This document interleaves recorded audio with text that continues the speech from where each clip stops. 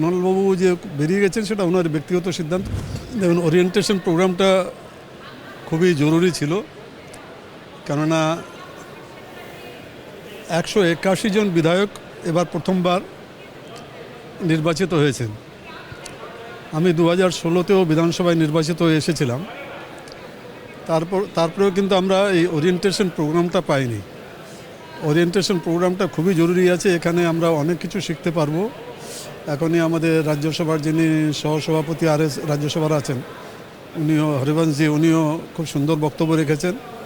উত্তরপ্রদেশে যিনি লোকসভার স্পিকার মাহামাজি, উনিও অনেক আমাদেরকে দিশা নির্দেশ দিয়েছেন যে কীভাবে একজন পলিটিক্যাল লোককে, কীভাবে একজন বিধায়ককে, কীভাবে জনগণের সঙ্গে কথা বলতে হবে, অলওয়েজ পোলাইট থাকতে হবে, এবং অনেক দিশা নির্দেশ উনি দিয়েছেন। আশা করছি 2 দিনের প্রোগ্রাম আছে, আরও ভালো ভালো আমরা এগুলো ইনস্ট্রাকশনগুলো পাবো, যেটা আমরা ফলো করলে আমাদের এলাকায় যারা মানুষ আছে তাদেরকে আমরা অ্যাটমোস্ট তাদেরকে ওনাদের কাজের প্রতি আমরা নিজের দায়বদ্ধতাটা স্বীকার করে ওনাদের কাজগুলো করতে পারবো। এটা তো ওনার ব্যক্তিগত সিদ্ধান্ত।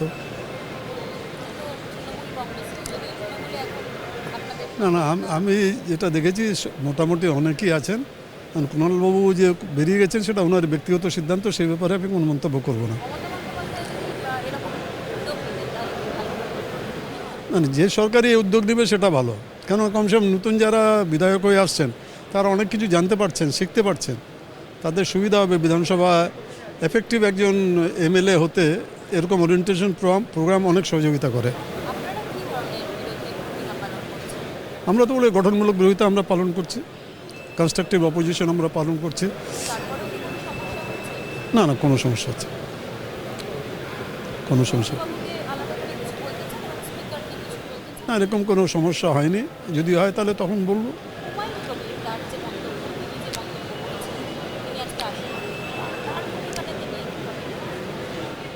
এখন উনি ভালো বলতে পারবেন হুমায়ুন কবির কীভাবে করছেন। না, আমি তো আর ওনার ব্যাপারটা বলতে পারবো না, আমি আমার ব্যাপারটা ও তো উনি বলতে পারবেন এটা ভালো করে। বা সবাই যারা শুনছে ঠিক এইভাবে বিধানসভা এইভাবে ওনার বিধায়ক হয়ে এভাবে আমার মনে হয় বক্তব্য রাখাটা সমীচীন নয়। যে এইভাবে বক্তব্য রাখাটা আমার মনে হয় না যে সঠিক আছে।